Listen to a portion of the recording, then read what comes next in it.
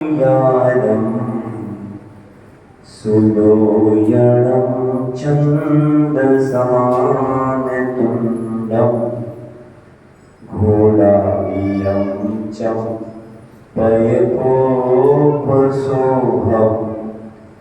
तं गोमटीसं पडवामि नित्यं तं गोमटीसं पडवामि नित्यं।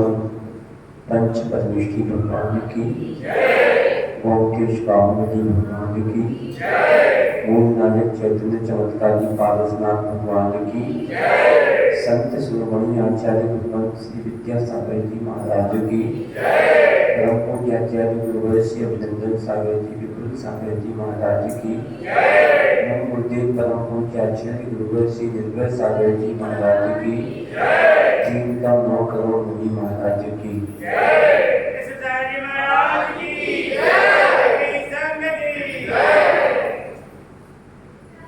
उत्तम संयम धर्म है आज, और आप यहाँ पर उपस्थित होकर के असंयम अनादिकाल से कर रहे हैं।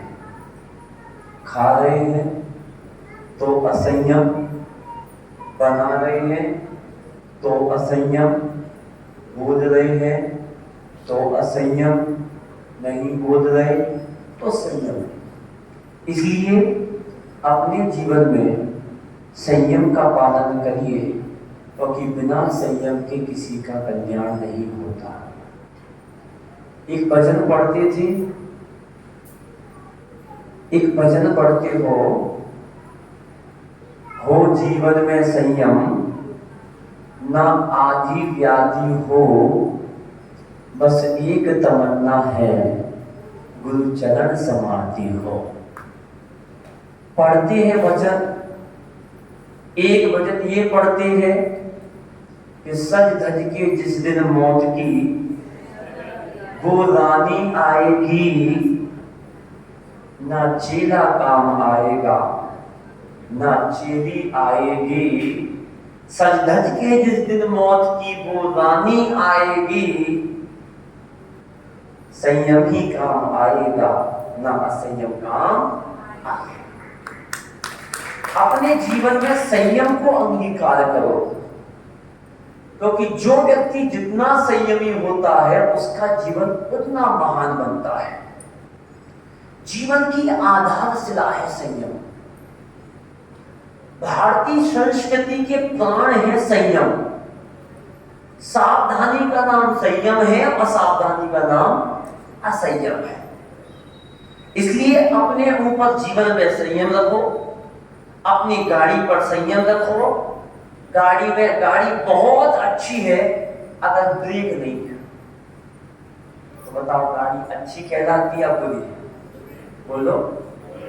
अगर गाड़ी में ब्रेक नहीं है और गाड़ी बहुत अच्छी है, बहुत विकसित है, बहुत अच्छी लग रही है ऊपर से देखने पर, जैसे आप लोग देखते हो, आप ऊपर से देखते हो, अंतरंग से संस्कार नहीं देखते हो, तो ध्यान रखना गाड़ी में अगर ब्रेक नहीं है, गाड़ी कितनी भी अच्छी है, गाड़ी की कोई कीमत नहीं होती है। एक बुंदेलखंड में एक मॉडल बप्पा क्या कहते हैं, एक बिन्ना, बड़ी बिन्ना की गाड़ी चलती थी। क्या चलती थी? बड़ी बिन्ना की गाड़ी चलती थी, पांधरी से बंडा से सागर आदि वाले जो होते हैं वो चलती थी। अगर वो गाड़ी में आदमी बैठ जाए तो 20 मिनट में पहुंच जाता था, और वैसे बैठे तो कम से कम 30 minute, 35 minute, 40 minute, 45 minute, 50 minute लग जाते थे। लेकिन उस गाड़ी में आदमी बैठता था तो उसका 20 मिनट में पहुंच जाता था। लेकिन जब भी उस गाड़ी में बैठता था, जब तक मंजिल तक ना पहुंच जाता तब तक नमोकार मंत्र पढ़ता रहता था, भगवान में पहुंच जाओ, भगवान में पहुंच जाओ, भगवान में पहुंच जाओ। क्यों? उस गाड़ी की इतनी विशेषता थी कि हॉर्न छोड़ करके तो सब बजता था। क्या कहा? हॉर्न छोड़ करके तो सब बजता था, और ब्रेक छोड़ करके सब लगता था। बाकी ब्रेक छोड़ के सब लगता था, और हॉर्न छोड़ के सब बैठता था, इसकी नमोकार मंत्र पढ़ के बैठना पड़ता था कि भैया मंजिल तक पहुंच जाए और सुरक्षित पहुंच जाए। तो एक नमोकार मंत्र की जगह 2 माला कर देते, भैया पहुंच गए। अब बताओ, गाड़ी में ब्रेक नहीं, गाड़ी की क्या कीमत। ध्यान रखना, संयमी व्यक्ति विकासवान होता है और असंयमी व्यक्ति विनाशवान होता है। हमेशा विनाश ही करेगा। वाणी में संयम, प्राणी में संयम, जीवों की रक्षा करने वाला अपने जीवन में विकासवान जो होता है वो संयमी होता है और विनाशवान जो होता है वो असंयमी होता है।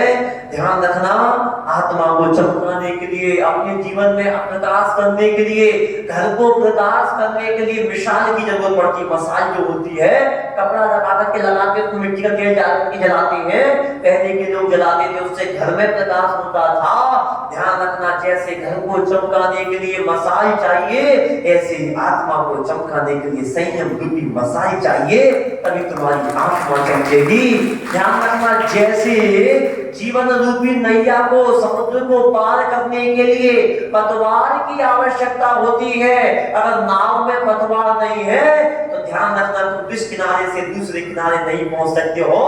इसलिए ध्यान रखना, जीवन रूपी इस आत्मा को इस पार करना है संसार रूपी समुद्र से, तो ध्यान रखना, हमें जीवन रूपी नाव को पार कराने के लिए संयम रूपी पतवार का सहारा जब तक नहीं लेंगे तब तक हमारी आत्मा का कल्याण नहीं होगा। ध्यान रखना, शत्रुओं से बचने के लिए जैसे कवच की आवश्यकता पड़ती है, ऐसे आत्मा की सुरक्षा करने के लिए हमें संयम रूपी कवच की आवश्यकता पड़ती है। ध्यान रखना, कर्मों को भेदने के लिए एक अमोघ शस्त्र की आवश्यकता पड़ती है। काय की अमोघ शस्त्र की आवश्यकता पड़ती है। और ध्यान रखना, जैसे कारीगर व्यापारी में बहुत अंतर होता है।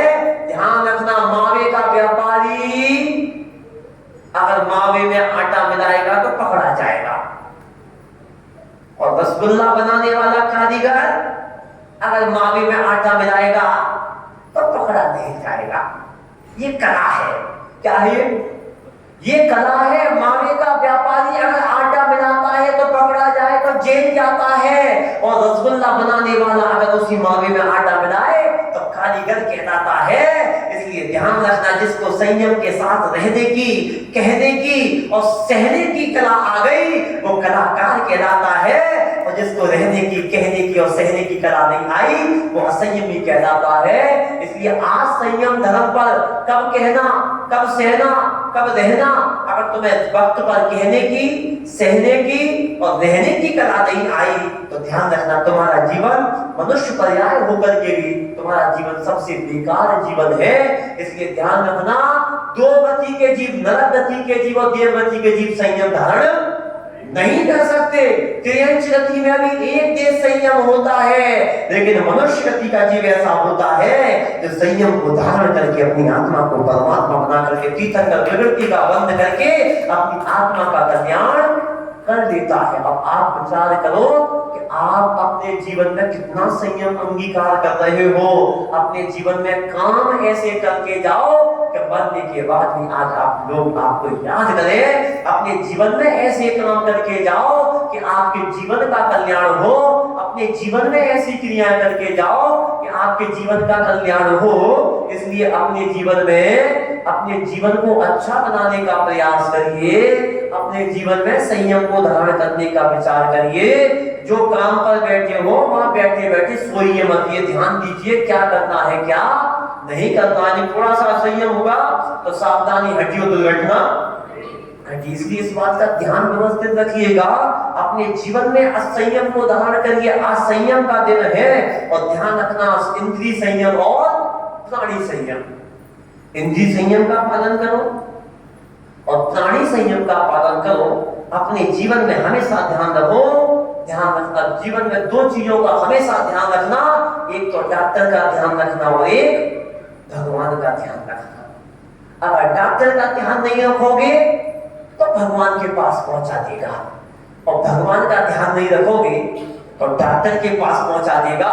और ध्यान रखना, और गुरु का अगर ध्यान नहीं रखा तो तुम कभी जीवन में संयम को धारण नहीं कर सकते। इसलिए गुरु का ध्यान रखोगे तो गुरु तुम्हें मोक्ष मार्ग लेकर के जाएंगे। तुम्हारे जीवन में संयम को अंगीकार करेंगे और तुम्हारी आत्मा का कल्याण कर देंगे। इसलिए अपने जीवन में अच्छे कार्य करें, अपने जीवन को अच्छा बनाएं, अपने जीवन को व्यवस्थित बनाएं, अपने जीवन को संयमित रखें और अपने जीवन को अच्छा कार्य करते हुए अपनी आत्मा को सुधारने का प्रयास करें, अपने जीवन में कुछ संयम लेने का अंगीकार करें, क्योंकि बागों में बाहर आती है बसंत के आने के बाद। क्या कहा? बागों में बाहर आती है बसंत के आने से, मंदिर में बाहर आती है संत के आने से, आत्मा में बाहर आती है, आत्मा में बाहर आती है भगवंत में रम जाने से, और आत्मा का कल्याण होता है जीवन में संयम को धारण करने से। खाने पीने से आत्मा में बाहर नहीं आती। इतना बढ़िया खा लिया, एक आसन कर लिया, दो आसन कर लिया, तीन आसन कर लिया, बताओ सुबह शाम का भोजन नहीं छूट रहा। बताओ तुम क्या इंद्रिय संयम का पालन करोगे, क्या प्राणी संयम का पालन करोगे? इसलिए अपने जीवन में इंद्रिय संयम का पालन करो, प्राणी संयम का पालन करो और अपनी व्यवस्थाओं को व्यवस्थित बनाओ, अच्छे से बनाओ। आपकी व्यवस्थाएं व्यवस्थित होंगी तो बहुत अच्छा आएगा, बहुत आनंद आएगा। इसलिए ध्यान रखिए, अपनी जिसको जो भी जिम्मेदारियां दी है वो सारे समझ करके सारे काम करे, क्योंकि ध्यान रखना थोड़ा सा भी असंयम अगर होता है तो सारी बात बिगड़ जाती है। नदी की शोभा पानी से होती है, रेत से नहीं। नदी की शोभा पानी से होती है, रेत से नहीं। वृक्ष की शोभा फलों से होती है, पत्तों से नहीं। पत्नी की शोभा पति से होती है, पैसों से नहीं। हाथों की शोभा दान से होती है, मेहंदी से नहीं। मानव की शोभा संयम से होती है, असंयम से नहीं। आंखों की शोभा प्रभु दर्शन से होती है, सुंदर रूप को देखने से नहीं। मंदिर की शोभा साधु संतों से होती है, धरती की शोभा महापुरुषों से होती है। इसलिए अपने जीवन में संयम को अंगीकार करें। आज मैं अपनी अव्यवस्था के कारण से यहीं पर अपनी वाणी को विराम दे रहा हूं। बोलिए उत्तम संयम धर्म की।